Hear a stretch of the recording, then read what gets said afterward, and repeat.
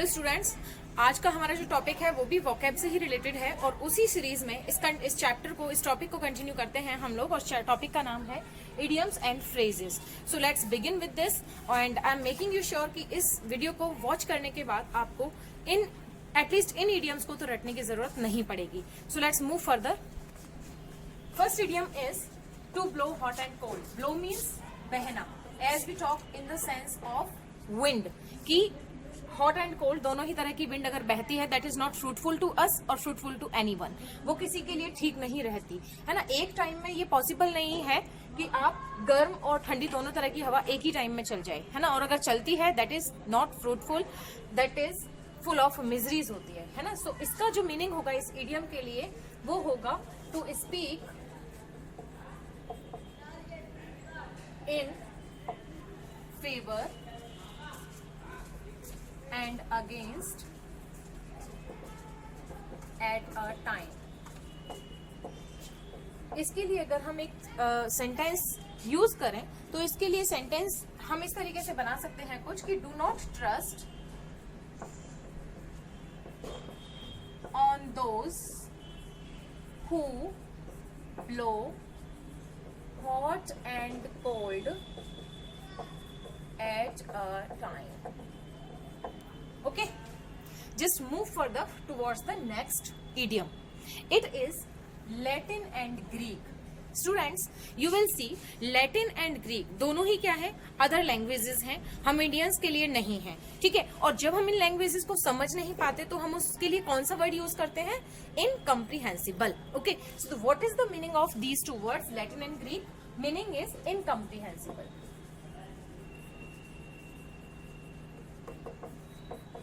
And if I talk about the sentence, what should I use to explain this idiom?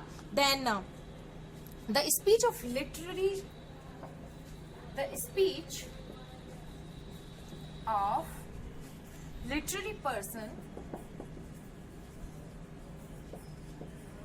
persons is proof Latin and Greek, to illiterate. Okay, the speech of literary persons is proved Latin and Greek. It means they can't understand it. It means it remains incomprehensible. उनकी समझ से बाहर होती है, ठीक है। Let's moving further towards the next idiom. It is Midas touch. Midas touch का meaning होता है मिडास। मिडास जो वर्ड है इसका मतलब होता है जादुई। ओके, जादुई टच। किसी चीज के लिए हम अगर ये कहें कि जादुई टच, तो इसके लिए जो मीनिंग होगा वो होगा to turn anything into gold. Okay, to turn anything into gold. Let's see, अगर इसके एग्जाम्पल की हम लोग बात करते हैं तो इसके लिए जो एग्जाम्पल होगा वो होगा आवर मैनेजर। एग्जाम्पल की अगर हम बात करें तो हम यूं ले सकते हैं कि our manager seems to have Midas touch because he is capable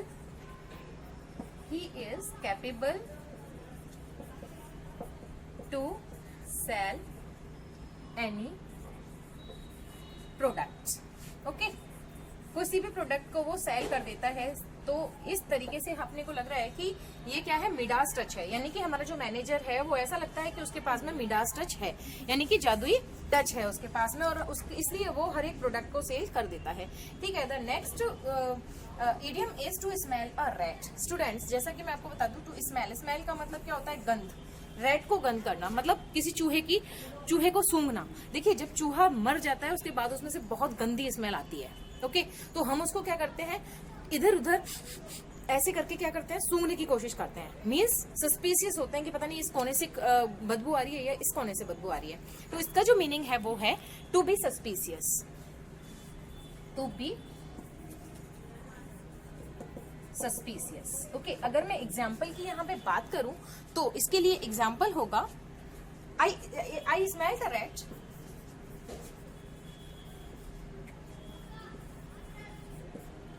in the bargain that was made by my uncle with my father। देखिए ये यहाँ पे क्या बोल रहा है, to smell a rat means to be suspicious. I smelt a rat means I was suspicious in the bargain. जो bargain की थी किसने, मेरे अंकल ने मेरे फादर के साथ में जो बार्गेन की थी, मैं उस पर सस्पेक्टेड था। So what will be the meaning to smell a rat means to be suspicious. एक बार पूरे इडियम्स, इन चारों इडियम्स का हम लोग रिवाइज करते हैं, फिर आगे चलेंगे, ठीक है। So to blow hot and cold means to speak in favour और against at the same time. Next के लिए अगर हम बात करें लैटिन एंड ग्रीक, जैसा कि मैंने बताया दोनों ही अदर कंट्रीज के लैंग्वेजेस हैं, हम लोग के लिए समझ पाना मुश्किल होता है, तो इसलिए इसका जो मीनिंग होगा वो होगा इनकम्प्रीहेंसिबल। ओके, थर्ड की अगर मैं बात करूं मिडास टच, मिडास का मतलब होता है जादुई, और जादुई टच अगर किसी चीज को मिल जाता है तो वो क्या हो जाती है, किसी हर एक चीज ऐसा लगता है कि जैसे कि वो गोल्ड में टर्न हो गई है ना। तो to smell a rat means to be suspicious, क्योंकि स्मेल जब हम किसी भी मरे हुए चूहे को स्मेल करते हैं तो हमें ऐसा लगता है कि बदबू पता नहीं किधर से आ रही है, तो सस्पिशियस रहते हैं हम लोग, इसलिए जो इसका मीनिंग है वो होगा to be suspicious. So once more, to blow hot and cold means to speak in favour और against at the same time. Second Latin and Greek, incomprehensible. Third, Midas touch, to turn anything into gold. And the next, to smell a rat means to be suspicious. Let's move further towards the next idioms. Those are, I'm going to erase them.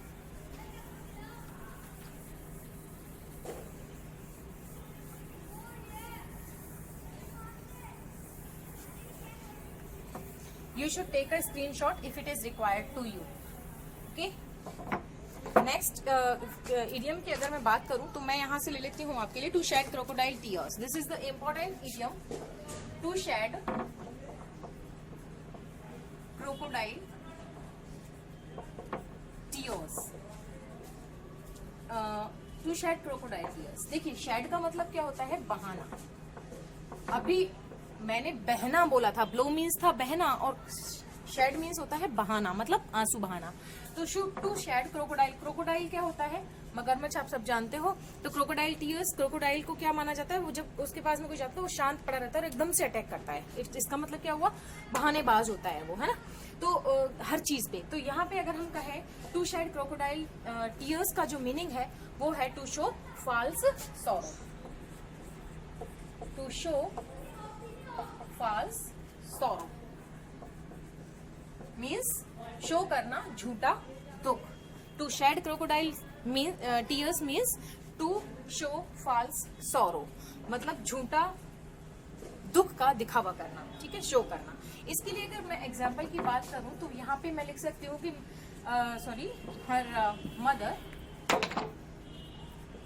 Her mother was showing crocodile tears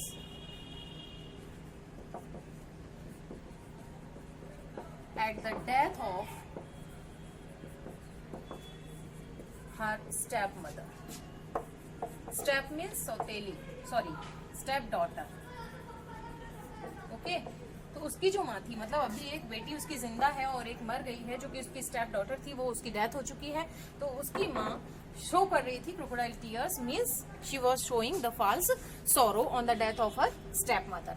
let's moving further, this is idiom number 6। Okay, and this idiom is to show, हम लोग ये लिखते हैं beside the mark. Beside the mark, देखिए mark क्या होता है, mark कोई भी चिन्ह को हम लोग बोलते हैं, राइट मार्क, रॉन्ग मार्क, है ना। तो इसको क्या बोलते हैं, चिन्ह। और इस चिन्ह से परे, ठीक है, यानी कि किसी भी सही चीज से अगर बिसाइड का मतलब क्या होता है, परे, यानी कि आगे, उससे भी आगे, तो मीन्स इसका मतलब हो गया इररेलीवेंट। इररेलीवेंट का मतलब क्या होता है, असंगत। ओके, और असंगत का मीनिंग क्या होता है, जो कि संगत ना हो। मीन्स अभी हमारा कंसेप्ट चल रहा है, अभी हमारा जो चैप्टर चल रहा है वो इडियम्स और फ्रेजेस चल रहा है, और अगर मैं इस इडियम्स और फ्रेजेस में आपको वर्ब्स पढ़ाने लग जाऊं तो ये क्या होगा, इररेलेवेंट होगा। Means it would not be at the, it would be beside the mark. ठीक है, तो आगे चलते हैं। इररेलेवेंट इसका मीनिंग हो गया, और इसके लिए अगर हम एग्जांपल की अगर मैं बात करूं तो यहाँ पे मैं एग्जांपल लिख सकती हूँ that nobody was agree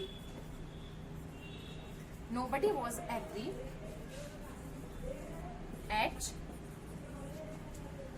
the point of Ramesh because he was arguing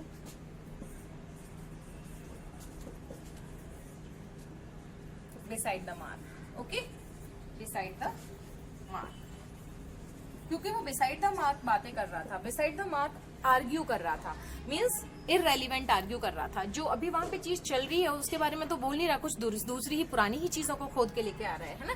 so beside the mark means irrelevant. Irrelevant का मतलब होता है असंगत। ओके, जो कि उस कॉन्टेक्स्ट के, उस मैटर के, उस मैसेज के लिए क्या ना हो, वीवन ना हो, मतलब दोनों ही चीजें एक साथ ना चल सके। आगे जो 7th अपना इडियम है जो कि हम लेने वाले हैं उसको हम ले लेते हैं to plough the sands. To plough the sands, to plough the sands. अब आप देखिए, टू प्लो, प्लो का मतलब क्या होता है, जोतना। ठीक है, जोतना, खेत को जोतते हैं। मैं भी एक किसान की बेटी हूँ। ठीक है, तो प्लो मीन्स होता है जोतना। उसके बाद सैंड्स, क्या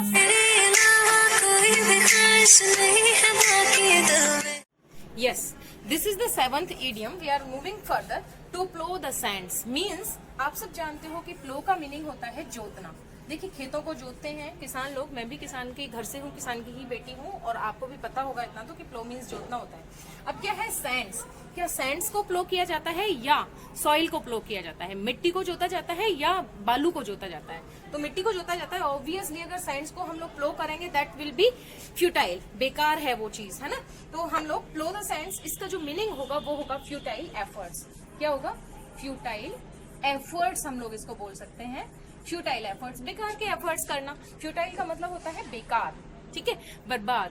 तो अगर हम सैंड्स को प्लो करेंगे, भाई सिंपल सी बात है, अगर हम बालू को जोतेंगे, प्लो करेंगे, तो वो क्या है, फ्यूटाइल एफर्ट्स हैं, वो बिल्कुल भी यूजफुल नहीं है, यूजलेस है। इसके लिए अगर मैं बात करूं यहाँ पे एग्जाम्पल की, तो मैं यहाँ पे इसके लिए एक एग्जाम्पल ले सकती हूँ। जैसे he cannot make money, he cannot make money because he always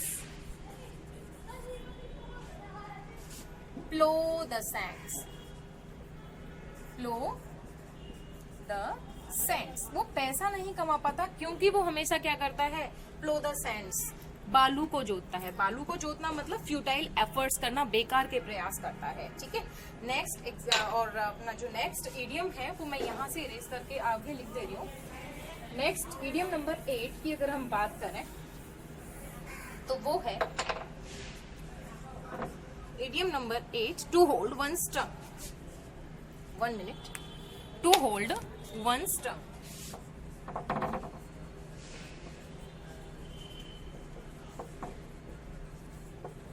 to hold one's tongue, इसका मतलब क्या होता है? देखिए स्टूडेंट्स, होल्ड का मतलब क्या होता है? रोकना। ठीक है, क्या होता है? होल्ड करना, किसी चीज को पकड़ के रखना, छोड़ना नहीं है, रोकना है। ठीक है, होल्ड वन स्टंग मतलब अपनी जुबान को। टंग मीन्स क्या होता है? जुबान, जीभ। तो अपनी जुबान को रोकना, इसका मतलब क्या हो गया? अपनी जुबान को रोकना मतलब टू कीप क्वाइट, शांत रहना। ठीक है, मीनिंग हो गया सीधा सीधा टू कीप क्वाइट, मतलब चुप रहना, जुबान को रोकना। जब जुबान रुकेगी तो इंसान क्या हो जाएगा? चुप हो जाएगा। तो इसका मीनिंग हो गया टू कीप क्वाइट। और अगर मैं इसके लिए एग्जाम्पल की बात करूं तो वो ये हो जाएगा, वी शुड ऑलवेज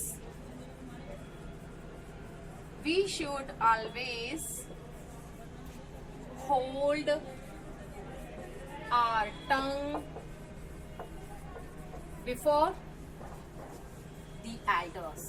बड़ों के सामने हमें अपनी जुबान को चुप रखना चाहिए, to keep it hold before the elders. Okay, so what will be the meaning? To keep quiet, hold करना मतलब रोकना, अपनी जुबान को चुप रहना। We should always hold our tongue before the elders. ठीक है, next idiom, let's move further. Next idiom की अगर मैं बात करूं, a leap in the dark, जैसे कि a leap in the dark. देखिए मीनिंग को समझिए, आप रटना नहीं है इडियम्स को, सिर्फ उसका मीनिंग समझना है और फिर सारे इडियम्स आपकी मुट्ठी में होंगे। To leap in the dark. अब आप लीप का मीन्स पहले आप जानिए कि लीप का मतलब क्या होता है। लीप मीन्स होता है उछाल लगाना, उछलना। ठीक है, उछाल लगाना। ठीक है, मैंने जैसे ये लिख दिया उछाल लगाना। इन द डार्क, डार्क मीन्स होता है अंधेरा, अंधेरे में उछाल लगाना। अंधेरे में जब आप उछाल लगाओगे तो क्या होगा, क्या होगा? जब आप अंधेरे में उछाल लगाओगे तो मतलब आप क्या कर रहे हो, रिस्क ले रहे हो, वो भी डेलिबरेटली, मतलब जानबूझ के आप रिस्क ले रहे हो। अंधेरे में उछाल लगाने का मतलब क्या? जब आपको पता है कि कहीं पे अंधेरा है तो वहां क्यों लिपिंग कर रहे हो भाई? तो इसका जो मीनिंग हो जाएगा वो हो जाएगा to take risk deliberately. Okay, to take risk deliberately. और अगर मैं एग्जाम्पल की यहाँ पे इसके लिए बात करूं तो एग्जाम्पल इसके लिए हो जाएगा क्या कि you must not leap in the dark, you must not leap in the dark, you must not leap in the dark. आगे सोचिए, by entering in the business,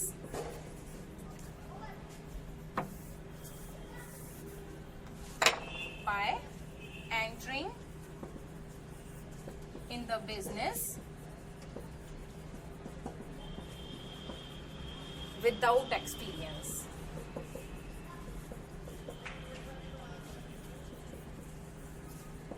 Okay, क्या कहा मैंने? To leap in the dark, sorry, a leap in the dark मतलब अंधेरे में छलांग लगाना या अंधेरे में उछाल लगाना। इसका सीधा सीधा मतलब हो गया कि जब आपको पता है कि कहीं पे अंधेरा है और आप उछाल लगा रहे हो, इसका मतलब क्या है कि आप डेलिबरेटली रिस्क ले रहे हो, जानबूझ के रिस्क ले रहे हो वहां जाने का। तो ऐसे ही अगर मैं एग्जांपल्स के थ्रू इसको समझाऊं तो बिजनेस जिसमें कि आपको बिल्कुल भी एक्सपीरियंस नहीं है और आप वहां पे एंटर कर रहे हो, इसका मतलब क्या है कि आप डेलिबरेटली क्या ले रहे हो, रिस्क ले रहे हो। You are leaping in the dark, आप अंधेरे में कूद रहे हो। द नेक्स्ट और the last idiom of this video will be 10th idiom की अगर मैं यहाँ पे बात करूं तो to make neither head nor tail. Okay, to make neither head nor tail। इस इडियम का मीनिंग समझते हैं, बहुत ध्यान से सुनना। To make neither head nor tail, ना तो जिसका हेड हो और ना ही जिसकी क्या हो, टेल हो। हेड का मतलब होता है सर और टेल का मतलब होता है पूंछ।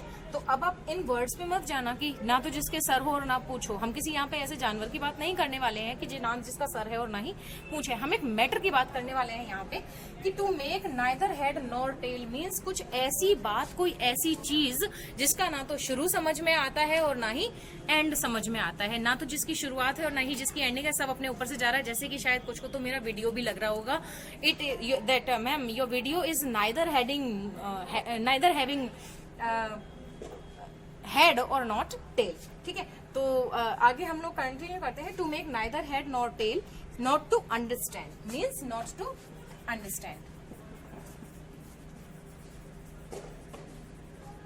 ना तो सर है और ना ही पूंछ है, मतलब सर और पूंछ वाला कोई जानवर नहीं, यानी कि ना तो किसी चीज की शुरुआत अच्छे से समझ आई आपको और ना ही उसका एंड अच्छे से समझ आया। तो जैसे मैं अगर बात करूं यहाँ पे अपने ही कॉन्टेक्स्ट में, तो the teacher spoke so rapidly. Example अगर मैं लूं तो मैं यहाँ पे लिख सकती हूँ that the teacher spoke so rapidly that the students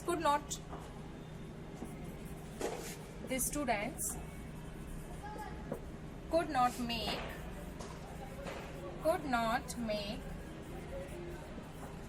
its head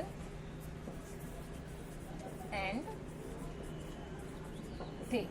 okay, समझ आया आपको? Could make neither head nor tail, sorry मैं नाइदर लगाना भूल गई, could neither make neither head nor tail. Okay, neither head nor tail. तो इस तरीके से हम लोगों ने 10 इडियम्स को समझा। एक बार मैं जो भी बोर्ड पे एटलीस्ट 3 है इनको तो एक बार से रिवाइज कर ही लेते हैं। देखिए, तो पहला है टू होल्ड वंस टंग, मतलब अपनी जुबान को होल्ड करना, रोकना, मतलब काबू में रखना। इसका मतलब सीधा सीधा है to keep quiet. Okay, we should always hold our tongue before the elders, हमें बड़ों के सामने अपनी जुबान को नहीं चलाना चाहिए, इसको होल्ड करके रखना चाहिए। दूसरा है a leap in the dark, तो जैसे मैंने कहा डार्क में आप लीप कर रहे हो, डार्क में आप उछाल लगा रहे हो, जब आपको पता है भाई कि सामने अंधेरा है तो आप क्यों उछाल लगा रहे हो? इसका मतलब क्या है? That you are taking risk deliberately, आप जानबूझ के रिस्क ले रहे हो। थर्ड जो है to make neither head nor tail, इसके लिए मैंने सीधा सीधा से बताया नॉट टू अंडरस्टैंड, यानी कि जो समझ में ना आए। तो टीचर यहाँ पे इतना तेजी से बोला, ठीक है, कि कुछ स्टूडेंट्स को तो उसका ना तो हेड समझ आया ना ही टेल समझ आया, यानी कि पूरा का पूरा वीडियो, पूरा का पूरा चैप्टर ही, पूरा का पूरा टॉपिक ही कैसा रहा? नॉट अंडरस्टैंडेबल रहा। So students, this way we continued these 10 idioms, और आगे की सीरीज में भी, आगे के वीडियोज में भी मैं ऐसे ही नेक्स्ट और बहुत इंपॉर्टेंट इडियम्स को लेके आने वाली हूँ। इसलिए आगे आने वाली वीडियोस के लिए, आगे आने वाले इन इडियम्स के लिए चैनल को सब्सक्राइब करें, जिससे कि टाइम पे आपको आगामी जो वीडियोस हैं वो मिलते रहें। Thanks a lot. थैंक्स।